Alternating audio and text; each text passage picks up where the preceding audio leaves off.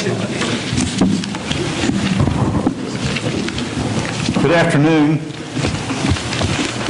and welcome to the May monthly board meeting. I'm glad to see an increased crowd today. Thank you very much for being here. I'll say just a couple of things, kind of reminders of things we need to keep in mind. The first thing is we have a long-range planning committee that has been meeting all year and diligently working toward putting out a current edition of our long-range plan. That is loaded onto the website now. You can go to our PPOA website and scroll down and you'll see a window down there that says LRP. And I'd encourage you to take a look at that. There are some interesting information, facts, projections that's really of interest to all of us. It gives you some idea as to what we're thinking about during the year and then what we're thinking about in future years. But it's good reading. It won't take you long. Half the book is the result of the most recent member survey that we conducted this past year. And that is good reading as well. So I would encourage you to look at that when you have time. Secondly, I want to say a little bit more about volunteers. It's always worthwhile to recognize the volunteers that we have in Pecan Plantation. They make significant contributions to the success of our community, not only in time, which is significant, but in the knowledge that they bring to the various issues that we confront in our association.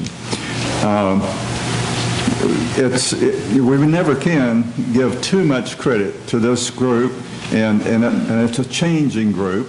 We have new volunteers come in, volunteers that have moved on to other committees or maybe off of committees, but it's well worthwhile to acknowledge them periodically. We're doing that, by the way, next week on May 12th? May 12th. May 12th, we have a recognition luncheon for the volunteers that served this past year. So if you know of anybody, if you are a volunteer, make sure you get in touch with the front desk or with Mary Smith and let her know that you plan to come so that we can make arrangements to feed the crowd. And lastly, let me mention, maybe before someone else does today, but let me mention that it's very important for all of us to drive carefully in our community, to obey the speed limits in our community, and as you're driving, be aware of other people and other things on the road. We have cars that use our roads primarily, but we have a lot of other things that use it, such as the trucks that are coming in here for contractors to do work for us, wildlife, children that are out riding bikes. We have some more serious bikers that use the roads as well, and it's well worth our while for you to be aware of what's on the road with you. There are also a lot of adult walkers and walkers with pets. So, just take notice, if you will, and obey our speed limits. We're also coming into the summer season when we'll see an influx of people that don't normally, live here. And it's worthwhile for, if you have anybody that's being invited in, even if it's family, if it's grandchildren, we're going to have more of that during the summer. So just be aware of that and make sure that they understand the rules. golf cart drivers especially. You have to have a valid driver's license to be on the streets in Pecans. So I'd appreciate it if we all take an interest and be involved in making sure that happens. Okay, that's the conclusion of my comments today. I think the next thing on the agenda is our open session, where we invite our members to address the board. I know that we're going to have some visitors today that want to talk. If there's one subject that you want to talk about, and more than 3 people that are here in support of that, let's limit our comments to the board to 3 people and 10 minutes per person. I would appreciate that. And we have a microphone up here. We want to always make sure that we go over and stand at the microphone, speak into it, so that everybody can understand what comments you have. Now, anyone that wants to make comments today?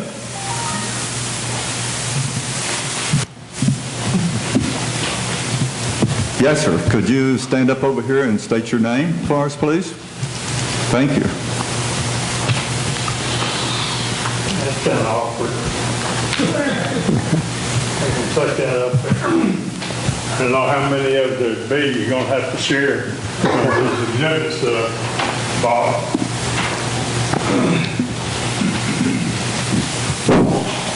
You hear what I said?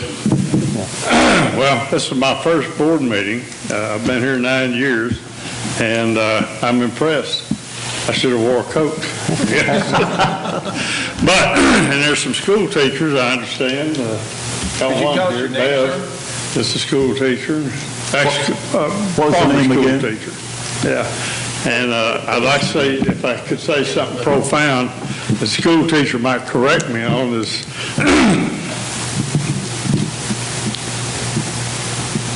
I come to see you, Barry, not to praise it.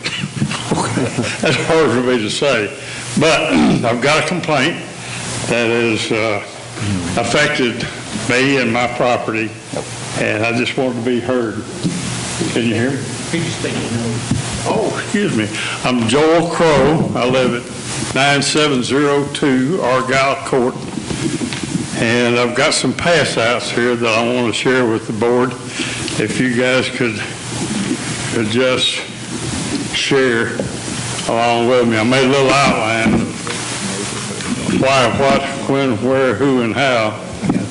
And here we go. All right. Go share those. Pass it down.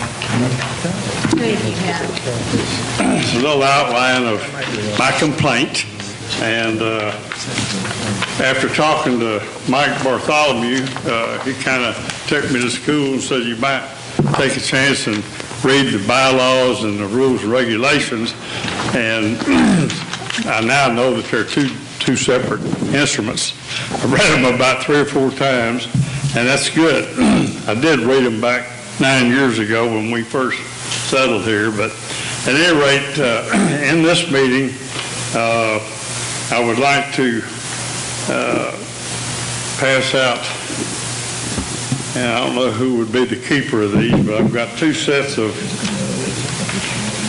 photographs that were taken over about a 2-year period of time of a neighbor who lives next door to me that's running a business out of his driveway, his garage. It's either auto repair or engine work. At any rate, in reading the rules and regulations and the bylaws, one of the bases of my complaint is a violation of Article A 3.5, 3.5.1, and 3.6, operating a business out of your home and yard. Okay, these pictures demonstrate over the years some of the mess that's wound up. Whenever my wife talked to somebody and, oh, where do you live? We live on Argyle Court. Oh, yeah, that's next to the junkyard. And so And talking to a realtor, I don't know whether she's here or not, but she mentioned to me the fact that it could adversely affect property values if we ever wanted to try to get a reverse mortgage or sell a house or something. So that has to do with operating a business out of your home. My second complaint is violation of Article A 3.6, nuisance and appearance detraction, and I've got the photos to support that. My third issue is violation of provision A 3.3, personal conduct, which I attribute to the speeding and deafening muffler racking late in the evening, early in the morning, and sometimes during the day. Violation of 3.1.1, reckless loud use of obscene profanity. And then I added one. I couldn't find it anywhere in the rules and regulations or bylaws, but it was had to do with a 19.2 inch commercial trailer that's shown in my pictures here that has been there for about 3 or 4 years. I've been putting up with this for a long time. And then that doesn't have anything to do with the bylaws or the rules and regulations. Is I have hearsay evidence from very good source. I talked to Michael about this, of felony threats of violence against our security people and others from this guy about who's going to turn him in. Well, he now knows who's going to turn him in. It's me. And so I see him out in the yard and he doesn't make eye contact, and that's okay. I invited him here twice on the neighborhood pecans. Anybody in that but me? There's 2,000 people in here that are on that little network. It's kind of a gossip network where you advertise. At any rate, oh, you okay? Well, you know what I'm talking about. And I invited him on that twice. He engaged his daughters, 2 daughters and his wife, to respond to me. And in that response, which I happen to make a copy of, I've got about 20 of these, but this is just 2. But I'd like to make it for record. You can just pass those down. This one was a response to my complaint. It says, at this point, we don't care and nothing will come of your allegations, okay? And then the other one that I wanted to make an exhibit, just for the record, y'all could pass those down. There's a response that says, no fines or citations have been issued and we have not broken any rules. We have no issues to discuss at the board meeting, okay? And so it's my understanding that there's many citations that have been issued and they're disregarded. And of course, my main question and coming away with this, to wrap it all up with, what about the bylaws and what can we do to enforce some kind of a cleanup? In the last day or two, a lot of things have been removed from that yard and it looks a lot better than it does just because of my objection to it. But there has to be, in the bylaws, there's a place there for, or a comment, a statement that's made about limitation of homeowners' privileges and enforcement. And it talks about fines and levies. In my day, I ran the Southwestern United States mortgage operation for Bank of America. Nobody stands at attention when I walk in the room anymore. I guess you guys know about that. At any rate, We used to have homeowners associations that would foreclose because of fines and non-payment of dues and things like that. And now I understand that it's a law in Texas that you we cannot subordinate the first lien. So there is no leverage there. In talking to Mike, he said there may be some area, and I'd like to just open it for discussion from the board. I'll answer whatever questions I can, but as far as fines or some means to put pressure on to give notice to the guy that if he doesn't clean up his act, there are going to be some consequences. That's all I have. If you have any questions, I'll try to answer them. Thank you very much. Any questions from the board? Mr. Crown, Mr. Crow, yeah. Excuse me. That's all right. Thank you very much for being willing to come here and discuss this with us today. Some of this we're going to need to read further and review. There have been some attempts at cleaning up some of this, and it's helped.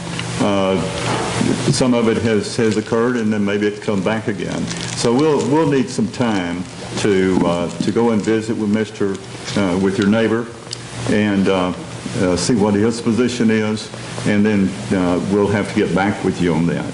All right. Michael, is there anything additional that we ought to say? We're going to try some innovative approaches to see whether or not we can help the neighbors come to an agreement. Could I just ask a question? Sure. To Mr. Crow? Just so I understand, the emails that you gave, it says from next door. Is this, who are these coming from? Next door, you talking about these comments? From his daughters. Oh, from his daughters, Yeah. okay. And his wife sent me one too. I didn't make a copy of that one, but at any rate, I've not been threatened yet. I'm a former Marine, and I don't relish anything like that, and I hope like heck it doesn't happen, but if it does, I'll let you know. Well, and your comment in here that felony threats of violence to security and residents is hearsay? I have heard that from reliable sources, my neighbors, and I think we talked about that, Michael, in our conversation on the phone. There's been something. He didn't threaten me. Okay. Mr. Crow, you said that you've lived here for 9 years. Has this been, how long has this problem been occurring? For that 9 years. Ever since you've moved in? Yeah. Huh? It's just gotten worse in the last couple of years. I started taking these pictures that I passed around a couple of years ago. I probably got 100 more of them. I just use these for a sample to prove that, hey, there the stuff was. And then their comments, it's like it was never there. The 19-foot trailer, my God, it sits right on my property line in the yard, okay, his yard. And I don't know if there's any rule against somebody has told me something. If it was over 14 feet, it was not acceptable. I don't know. I didn't find that in the rules anywhere. It's 15 feet. 15? Over 15. Well, this is 19 feet 2 inches. I measured it myself this morning. Have you had a discussion with our code compliance officer about this? Oh, yes. Oh, yes. About a year ago, and then again, I hadn't talked to him lately. Because Mr. he's provided an extensive explanation of his encounters with this member. Yes. And so it's not clear, I'll read it again, but it's not clear that he's actually violating some of the codes that the rules that you're citing. So I need to find that out. Is he actually conducting a business? Oh, yes. And ongoing. And how do you know it's a business, sir? Pardon?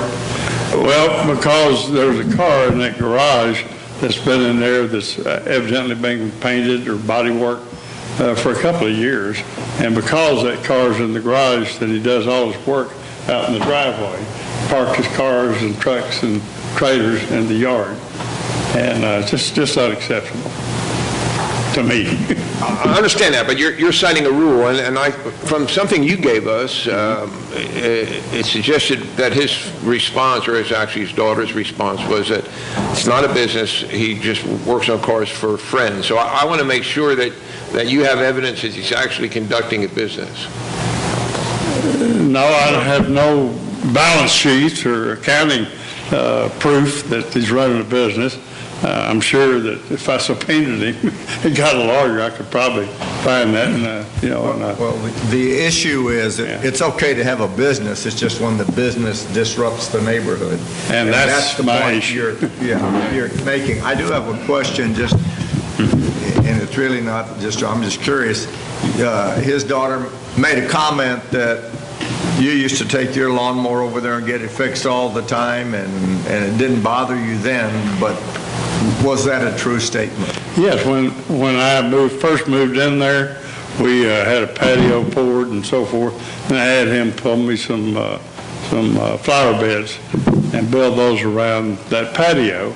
I have taken a lawnmower to him about 5 years ago. This was 9 years ago when he did the patio. About 5 years ago to fix my lawnmower, and he did fix it, and I did pay him for it. I guess that's proof. But I haven't used him in the last few years. Okay, thank you, sir. Yeah. Could I ask a question, Mr. Crow? Yes, ma'am. What would you see as a satisfactory solution to this situation in your eyes? Number one, to move the trailer. Number two, if he wants to run a business, rent a garage somewhere and run the business. It's fine. What if he's just working on people's cars just as a hobby? Is that, and not running a business, but they still would be parked there?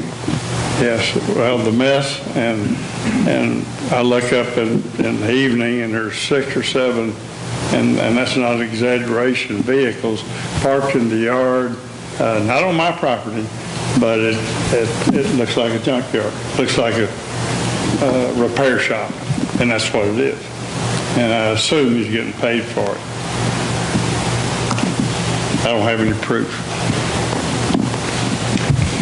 But I don't think any one of you would tolerate or enjoy living next to a mess like that. That's all I have. Thank you. Any other questions? I'd like to reiterate some of the things that he's been talking about, if I could. Yeah. Would you like to come up and state your name, please? My name's Ken Hall. Ken Hall. I live at the top of the hill, about a half a block to a block away from him. Okay. So Well, you're I live with Scotty, yes. I live on the same street, and you know what, one day I was out there in the yard, the guy comes running up the hill, I'm mowing my grass, and he says, you people don't know who you're dealing with. He says, I threatened to kill the deputy sheriff, and I threatened to kill that blankety blank. I can't use the language he uses. Security people down there. And I went to security and I asked him. I said, "Why in the world would you people tell this neighbor that one of the neighbors turned him in?" It wasn't me, by the way, but somebody had turned him in. So he goes down there and threatened to kill everybody, and then he said, "You neighbors don't know who you're dealing with here." So yeah, I call that a threat. That's pretty uncomfortable. Well, I'm sitting up there just trying to mow my grass, and I've never turned the man in my life. I wanted to. One night I went out there, I couldn't even hear my TV. They had 8 cars out there, 3 hoods up, and they're revving engines at 9:45 at night. And I've seen motors sit out there, literally a motor sit out there with the heads pulled off, if you know what that is. It sat there for nearly 6 months. There's a blue Camaro sit out there that was broken down for nearly 2 years. And we had a differential sitting out there, and right now he's got everything boxed up and in the trailer in the back of the truck. But he just goes on and on and on, the threats. He walks up and down and screaming and using the 4-letter words and stuff like that at his wife, at his daughter, at neighbors. You know, something's going to happen bad there. And my main concern here, folks, is this. That's why I come with Scotty today, is that if we don't get some help with this, none of our homes are safe. Our values of our homes are going to go down. Scotty's thinking about moving back to San Antonio. That's how uncomfortable it's been for him. And I doubt it. He'll lose $10,000 or $20,000. You know it and I know it as long as they see that mess. Yeah, he's got it picked up now. He's looking pretty good because people keep driving by. I sit out there and watch them sometimes. But it's a real uncomfortable situation up there. I've gone to Mike on it, and he's done everything that he can, I think. But the association here, our attorneys, they need to find some way to enforce our laws. If we don't enforce this right now, that's the worst violation I've seen in Pecan. And if they don't enforce it somehow, some way, we're all going to be subject to this. We're already seeing it some rentals around the area. I go up and down Pecan. I went up and down Ravenswood this morning, and I saw more violations than you could shake a stick at. Grass up to here in some lots and in some yards. You know, I moved here from Colorado. I'm a former Texan from Amarillo, Texas. I love Texas. But you know what? We're at risk right now of our homes being depreciated.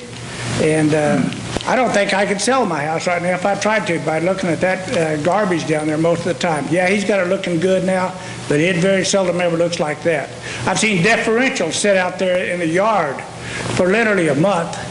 He's got a broken down grave truck sitting in the driveway right now. But speak to the disability thing. Well, I don't think this is the time or place for that. But yeah, he doesn't work, of course. But that's another ball game altogether. But what worries me to the board here is if we don't speak to this situation, none of us are safe here. I mean, as far as our home values, and that's what worries me. You know, I may want to sell my home someday because right now Susie and I, our home's too big. I got too much yard. I got nearly an acre of yard sitting up there, and it's too much for me. I like to get to a smaller place, but there's no way that I could sell my house right now the way things are there. And I mean, I went to security twice over it, and all I got from them was saying, well, he's a loose cannon, Mr. Hall. We've done everything we can. Well, what has to happen here? Someone get hurt? Is that what's going to happen? He come up there threatened me one day, and I said, hey, that he was going to kill the security and kill the deputy sheriff. He was going to kill the deputy, too. And I said, are you threatening me, Steve? He said, no, I'm not threatening you, Ken. And I said, but, so I don't know what I didn't know what he's talking about. But he said, you neighbors don't know what I'm capable of. And when he makes physical threats like that to our security and to the deputy sheriff, why wasn't he arrested? That's my point. Why do we continue to let this guy get by with these kinds of things? And that's really all I have to say, and I want to thank the board for listening to me today. Mike's heard it before. But it's something bad's going to happen there before it's over with. Yeah, he's got it cleaned up. He's got it looking pretty good right now. The whole family's out there cleaning the yard up the last 2 or 3 days. But there's still just junk thrown in the truck. But most of the time it's laying all over the yard. But when you get 8 cars out there, 3 hoods up at 940, revving the engine so bad, and I told Steve, I says, Steve, I'm tired of, I won't even tell you what I said. I said, it looks like a trailer. If you want to go live in a trailer park, go live in a trailer park. If you want to open up a business with a garage, go get you a garage downtown. But this isn't the place. I didn't move here for this. And so he didn't speak to me now. That's fine with me. Because at least he knows where I stand on it. But there's not a neighbor around. There's a couple others supposed to have been here today, too. They didn't show. But it's getting bad up there. And if something doesn't happen pretty soon, the attorneys or you guys need to come up with a solution, something that we can make stick on these people that won't abide by the rules. We love it here in Pecan. We love it. Susie and I was thinking about moving out of here the other day. We were talking about it, and there's no other place we'd rather live than right here. We love the people here. And we love the situation. Michael's done a beautiful job here. But this enforcement of these things, I come out of Colorado with the same scenario. We had the same problem up there. Exactly. But the developer went broke, and they left this high and dry, but he didn't have any rules to keep it up. And it was a mess. And it's the same thing here everywhere I go. But we've got a board here. We've got everything in place. But we've got to come in here, and we've got to put a stop to this. These people that don't want to abide by the rules, there's got to be something that happens to us or we're all in trouble. They may move next to one of you next week. Who knows? You know, that's where we're at. I Mr. don't have Hall. anything else to say, but that's the way I feel about it. Thank you again. We appreciate it. Just a question. When he threatened to do bodily harm to... My wife was sitting right there, too. We got 2 witnesses to Okay. that, by the way. Was there any report made to the sheriff's office? I concerning called that? them down there. I called the security office, and I was angry at them. I said, what do you mean you guys told him that one of the neighbors had turned him in? I said, how professional is that? My brother's been in law enforcement his whole life. He's a judge right now. That's not something you do if you want to keep peace in the neighborhood. You know, do your job. I coached for 30 years. I didn't blame it on one of my kids when we lost. We all lost. And you know what? We don't blame it on the neighbor because we don't have guts enough to go up there and enforce it. You know, that irritated me. Yeah, I called him and I told him, I said, don't you do that again, because I had nothing to do. I didn't know what he was talking about. But did you call the sheriff's office? I called the security. That's where the deputy sheriff was at the time. He threatened to kill him, and he threatened to kill our, he told me he did. And I went down there, and they said, yeah, he's a loose cannon. We don't know what we can do. So that was the response from the sheriff's Yeah, deputy? that was my response. That's what I got, because I went down to the office after that happened. I was pretty upset myself. Someone comes up there and threatens you like that, and I don't even know what he's talking about. So, but yeah, I see him walk around the garage at least twice a week this last week. I walked down our front porch at 10, 11 o'clock. He's ranting and cussing his wife, calling her every name in the book. I mean, it's not, I don't know. You can't throw someone out for that, but the violations we should be able to do something about. All right, sir. And I'm not afraid of him. He can come up there anytime he wants to. You know, that's what I told him. Something bad's going to happen. I think if the board don't respond, and I was told 2 years ago that the attorney was looking into this, and here we sit. We're in the same boat we were 2 years ago. And that's, I think we need to do something. We will pursue it further and try to get a resolution that's fair to all the people involved, and we'll get back to you on it. Well, I appreciate your time, and I got a little over emotional about it, but I feel very strongly about this because I live here. This is my home. My grandson comes up here. I mean, I don't want to, anymore. I don't feel safe even having him come over because I never know when this joker's going to come up the hill and blast away. That's the way he acts. He's a loose cannon. He's right about that. All right, sir. Thank you. I appreciate it very much. Any other comments from the board at this time? Anyone else want to speak to the board today? All right, we will continue with our agenda and address the additional items on our agenda.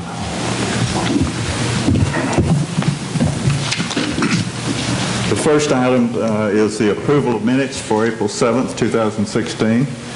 Do we have a motion for that?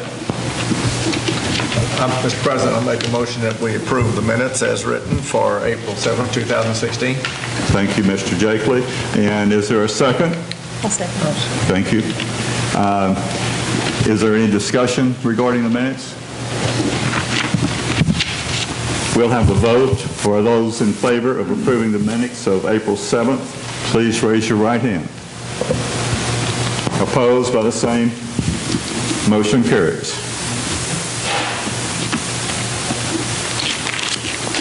The next item on our agenda are the financials for the month ending March 31st, 2016.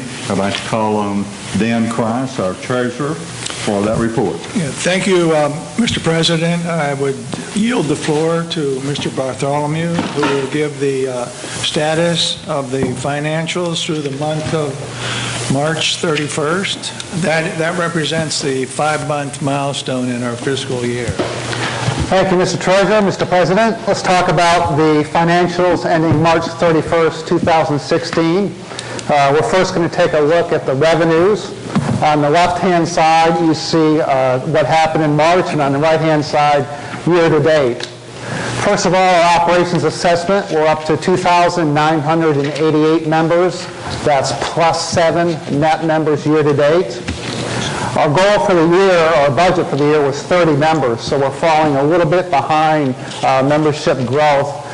We thought by now Orchard 12 would be up and running, but that's taking a little bit longer than we had anticipated. So we do have some growth, but not quite as much as we anticipated. Communications had another good month, $17,000 this month in ad revenue, $84,000 year-to-date. So you can see we're ahead by $2,100 for the month and $14,000 year-to-date in communications. Slow month in food and beverage and private parties. A la carte was above our plan, but private parties were down, so we finished $4,980 behind our budget. Year-to-date, though, we're still $6,197 over our financial budget for food and beverage and $15,118 over prior year food and beverage revenues. Golf exceeded their plan, $956, just about right on plan. Year-to-date, had a plan by $47.57. That's all due to some nice weather this winter. That certainly helps with the green fees and cart fees, and so golf is off to a good start. The marina, that's gas sales. We only sold $3,800 in gas this month, $13,000 for the year. So you can see the revenues as a result of that. Our cooking revenues, we're seeing an increase in our cooking revenues. So for this month, our cooking revenues and year-to-date are both over our budget. So Brett and his team down at the marina are trying some new things, sprucing the place up, and it seems to be paying off. PPLA and CC, we had 18 transfer fees this month and 81 year-to-date. So you can see we finished $914 out of our financial plan, $28.96 year-to-date. Roads and grounds was a slow month for road maintenance fees. We only had 4 road maintenance fees and $5,000 in building permits. Year-to-date, we have 28 road maintenance fees and $36,000 in building permits. So you can see the road and grounds revenue is $17,000 ahead of our plan because of that. And I had a slight increase over the budget for the month, behind $2,200 year-to-date on sales. Room nights occupancy about 22.5% year-to-date. Security and ACC, commercial sticker revenue was down a little bit this month, so we missed plan by $500 and some change. Year-to-date, though, we're $18,754 ahead of our revenue plan in security due to sticker revenue and traffic tickets.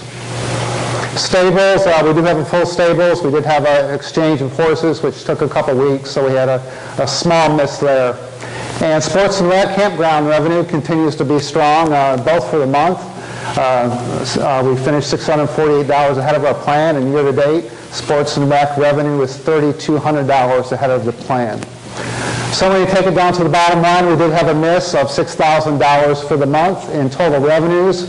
But you can see year-to-date, we're all the way up to $2,681,983 in revenues through 5 months, which is $53,958 ahead of our financial plan and $120,795 ahead of prior year numbers.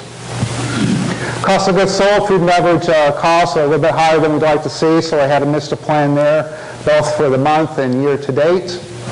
Golf, pro shop, merchandise, cost of goods sold was high this month, but if you look over year-to-date, we're right on plan there, right at 82%, which is right where we want to be for cost of goods sold for our golf pro shop. And the marina, because of the gas sales, the cost of goods sold were down both for the month and year-to-date. On our labor, we spent almost exactly our labor budget, $934 positive. Food and beverage labor, overtime, we're having real difficulty finding staff. It's becoming a very, very tight job market. You've all seen the businesses being added to Granbury, and we are having a very, very difficult time finding staff in golf, also in roads and grounds, and in golf maintenance. We need staff in each of those 3 departments. We put an ad in the paper and got 3 applicants. So very tough job market, and we're trying to be a little bit creative and trying to fill those positions. And year-to-date, again, that's because of the overtime in the kitchen. Most of the numbers, G&A, that was vacation pay for Miss Hastings when she rode off to Galveston, so we had to pay her vacation that she was due.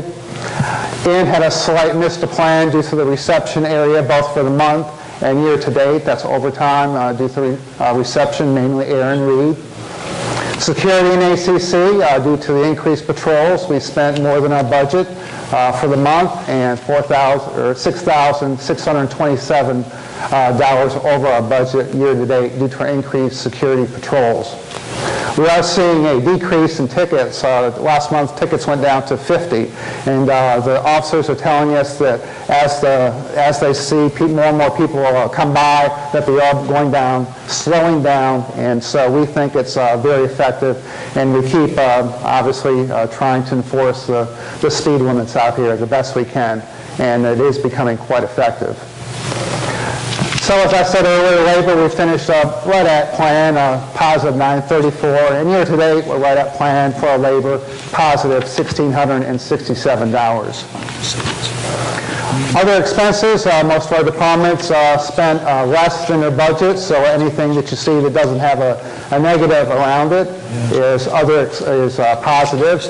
Right there, that's deer management. We had that budgeted for March, but actually expended the expense in February, paid the bill in March, so that's why you see that over the budget. But year to date, we're still $48,000 ahead of our budget for G&A.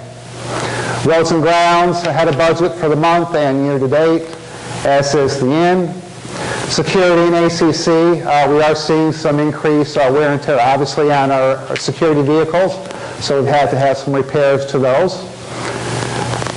Sports and recreation, missed plan by $3,600. We paid for the Missoula Children's Theater coming to Pecan once again this year. But year to date, we're still $4,700 less than our expense budget. Facilities maintenance, good to see they spent less than their budget by $3,000. Year to date, missed a plan of $857. When you look at both the month and the year to date, for the month we finished positive. We spent $6,300 less than our expense budget. And year to date, we spent $91,704 less than our expense budget through March 31st. When you roll right up to the bottom line, this is a consolidation of the numbers that I just talked about. As you can see, communication is doing quite well, both for the month and year to date. Food and beverage had a rough month, as I just discussed, and now we're behind plan. We've lost $30,000 in food and beverage on a plan that was 16, so we're $14,000 behind plan in food and beverage. Roads and grounds for the month because of the lack of road maintenance fees, but year to date we're fine, $35,000 ahead of plan. The inn, because of our overtime, year to date, $2,600 miss there. Security, again, because of our patrols, we had a miss for this month in repairs to the security vehicles, but we're $11,000 ahead year to date. Stables is right on plan. Sports and Rec had a small miss for the month, but they were fine year to date. G&A, because of the vacation pay, we had a miss this month, but year to date we're $56,000 to the good. And facilities maintenance, they had a good period, $3,000 positive, and year to date they're $1,000 behind their plan. So when it's all rolled up, for the month we had a slight miss to plan of $2,589. But year to date, our net income is $149,951, and that is $145,550 over our budgeted number after March 31st. Operating forecast, on the left-hand side, the forecast total that you see, that is the 5 months of actuals and then the 7 months of forecast compared to the budget. All those numbers on the right that you see that do not have brackets, those are all positive variances to the budget. So we're expecting roads and grounds, PPLA, CC, security and ACC, communications all to exceed their budget. We're anticipating a loss of $43,000 in food and beverage. We'll be doing everything we can to reduce that amount. And in the end, based on trends, about a $6,400 miss to plan by the time we end the fiscal year. Stables, due to some hay and feed expense, we're going to have a small miss to plan in all probability of about $1,300. Sports and rec, we'll spend about $382, and that is all the PAC operations and the tennis operations, and that's how much we spend on those amenities, about $382,000 a year. Facilities maintenance, we have lots of repairs, obviously a lot of buildings to repair. We expect to have a miss of $2,200 when the year's done. Due to the nice start, we expect our pro shop to finish $7,100 ahead. And Mr. Underwood on the golf course, his budget is $613,000, and we'll encourage him to, over the course of the rest of the fiscal year, to spend his budget for the golf course so we can keep it in the shape that you all deserve. $8,300 positive variance there. And the marina, we expect the marina to actually make their plan this year by about $3,700. So at the end of our fiscal year, we're expecting a positive $55,720 in net income on a plan of $2,615 for a positive variance of $53,105. Capital expenditure report, those are the projects that we have in progress right now. Some of those will take a little bit to get started. We'll do the club pool electrical next week. Archery range, shooting lane, we have let that contract out. There is some lead time until they get off the ground. The rest of the material has been ordered, and we will be finishing up those projects and getting in that irrigation pump within the next couple weeks. Utility carts are ordered, and the grounds mower and trailer are also ordered. And here's some of the things that we've completed so far this year. We've talked about this before. If you still haven't had a chance to get up and look at one of the hotel rooms, grab a key from the front desk and go take a look. Aaron Reed did a great job with that project, and we've gotten lots of positive comments as a result of that little mini renovation. Capital fund as of March 31st, we started the year with $1.722 million. Deposits of $969, funded expenditures of $1.292 million, and as we sit here today, $1,399,000 in the capital asset reserve fund. So you can see again the beginning balance, the assessments, that's the $8 that all the residents pay per month that goes into the capital asset reserve fund, along with all the initiation deposits. We expect to collect about $608,000 in initiation fees. Interest and other income, that is inflated by the insurance settlement from the wind and hail damage. You probably noticed that we've got new roofs on all the buildings, including this building, and also a new complete HVAC unit because of the hail damage and the wind damage. So we have to show the income, and then you see the expense on the capital expenditure line down below it. So total funding of $1.5 million with the insurance and all the other capital expenditures. We'll spend right at $1 million this year. Carryovers of $682. Total spend of $1.780 million.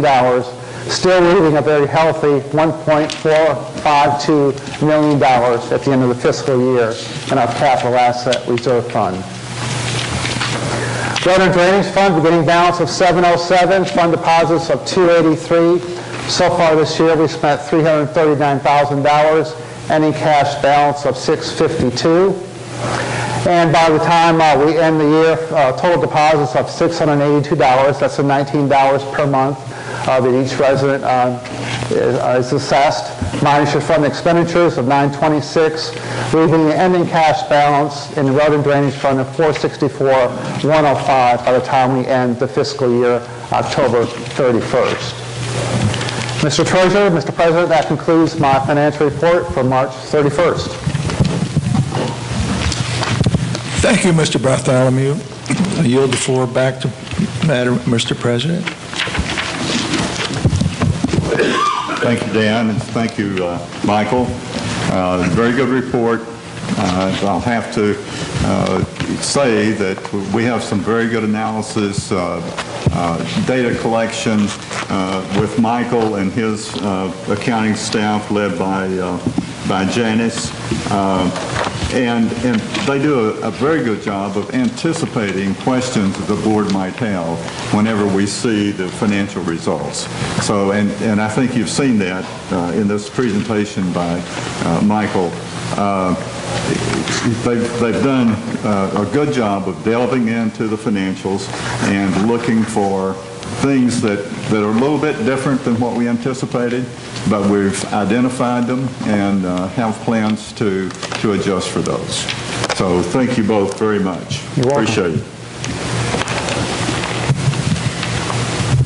Next on our agenda is old business, and we have none. Next is new business, and we have a number of things that need to be addressed by board resolutions. The first item is to approve the committee rosters, and Mr. Kamen is going to introduce this. Mr. Chairman and members, last month the board approved the committee chairs for the 19 member committees that work hard all year. This month, those chairs interviewed or selected their committee members through a variety of means. And so we have rosters now, completed rosters for all 19 committees. So, Mr. Chairman and board, I'd like to move to approve the committee rosters as presented to the board. All right, thank you. Do we have a second to that motion? I'll second that motion. All right, good. Is there any discussion? We'll address some increases in committee members where the board can do that without bylaws changes, but that'll be in just a moment. So we have a motion to approve the committee rosters. We have a second, and let's call for a vote. All those in favor of approving the committee rosters for this next year, please raise your right hand. Those opposed? Motion carries. All right, we're going to address the next 4 or 5 items as one motion, but we're going to explain what's in each of those items as a part of that motion. I believe that Mr. Doug Green is going to introduce that.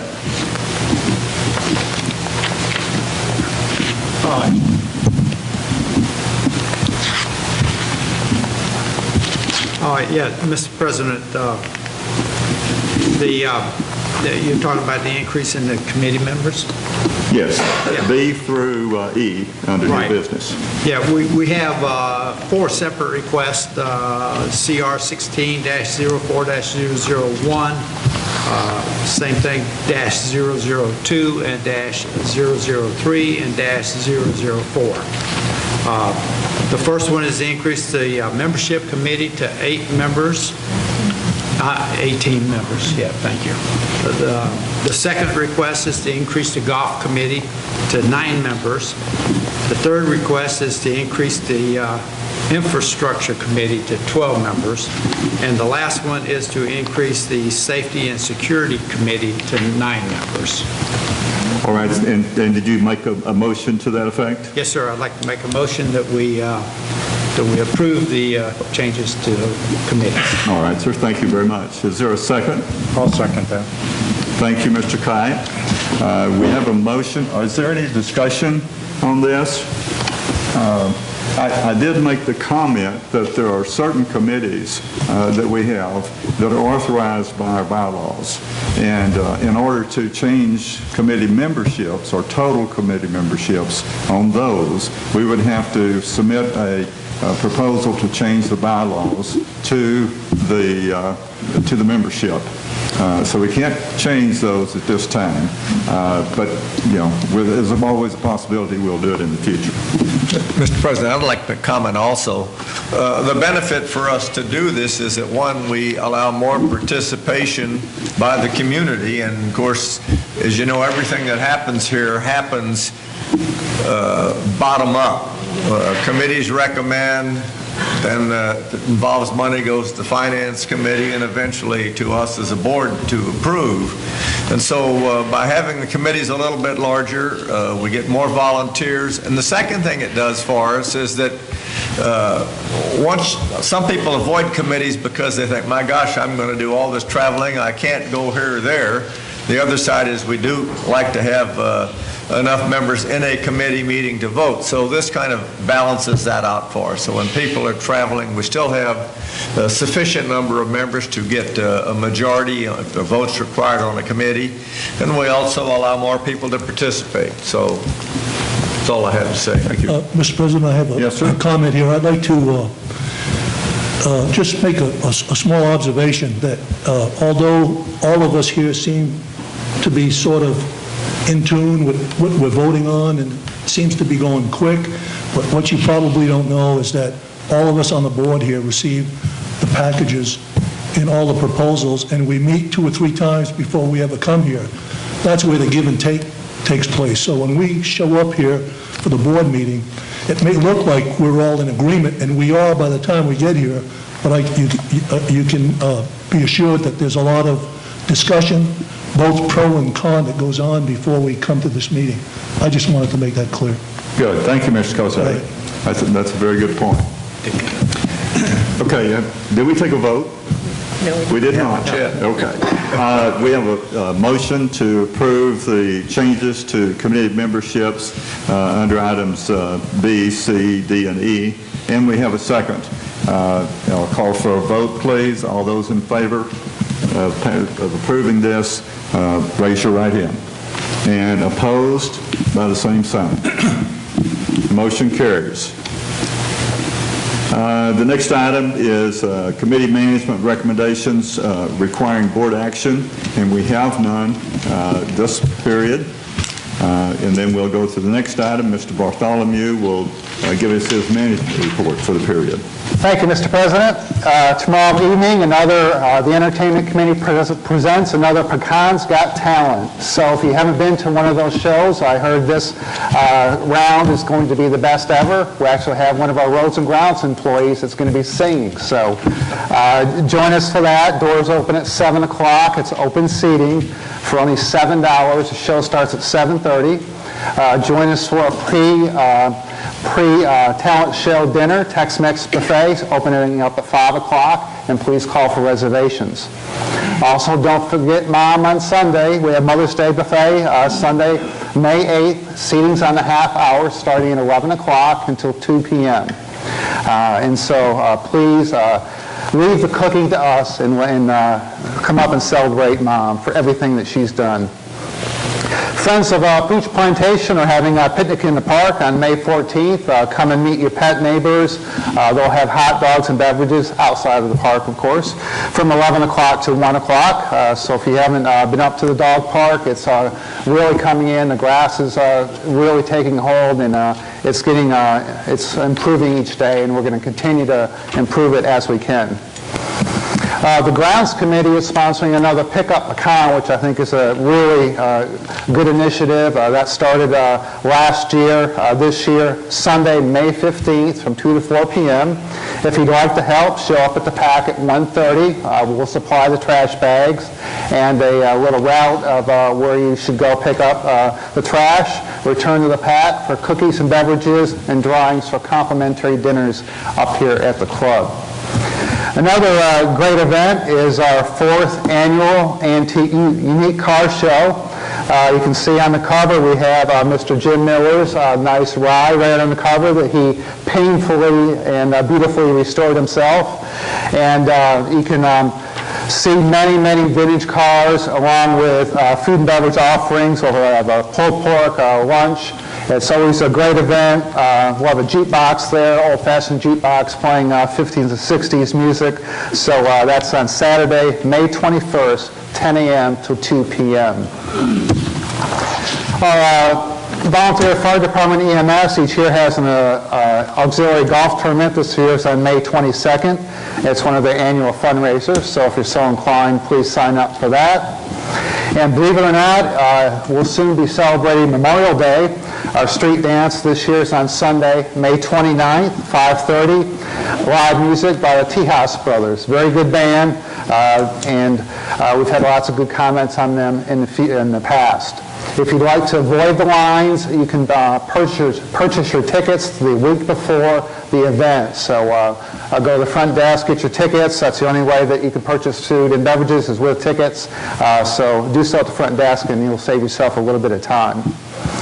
Our summer schedule is out on page 34 and 35 of the May columns, just jam-packed with activities. So if you have kids or grandkids or even yourselves, there's activities for everybody. Numerous camps, classes, and activities. One new thing that we're bringing for the younger kids this year, right now we have a junior golf league that's going on. They're playing their first little league match tonight. Also, snag golf is starting, which is a beginner's instructional system for golf that Bobby will be teaching down at the soccer field. And then probably the highlight, again, for most kids is the Missoula Children's Theater, which will take place July 25th through the 30th. Auditions are that Monday from 10 a.m. till noon. The production will take place on the 30th, 2 shows. And it is Blackbeard the Pirate this year. So if you're so inclined, got kids or grandkids, need about 60 cast members from 1st grade all the way up to 12th grade. And finally, the chef and his team has been working on a new food and beverage menu. We'll be rolling that out next Wednesday. We have expanded menu offerings, bringing back some of the old favorites along with many new items. So we hope you can join us. You and your families will join us soon for either lunch or dinner. And bon appetit, and we hope you enjoy. And Mr. President, that concludes my management report for this month. Thank you, Mr. Bartholomew. We don't have any more listed items on our agenda, but I will just make a couple of closing remarks. We've had the reconstituted board now for 3 meetings. We're getting used to each other. Everybody's beginning to contribute and bring their own ideas and their own not special interest, but special knowledge to the board. And I'd like to compliment the first-year members. Mr. Cote is in an area where he can practice his lifelong love of analyzing financial statements. We've seen the benefit of that, and we appreciate it very much. Mr. Doug Green we thought he was timid when he first came in, but that didn't turn out to be true.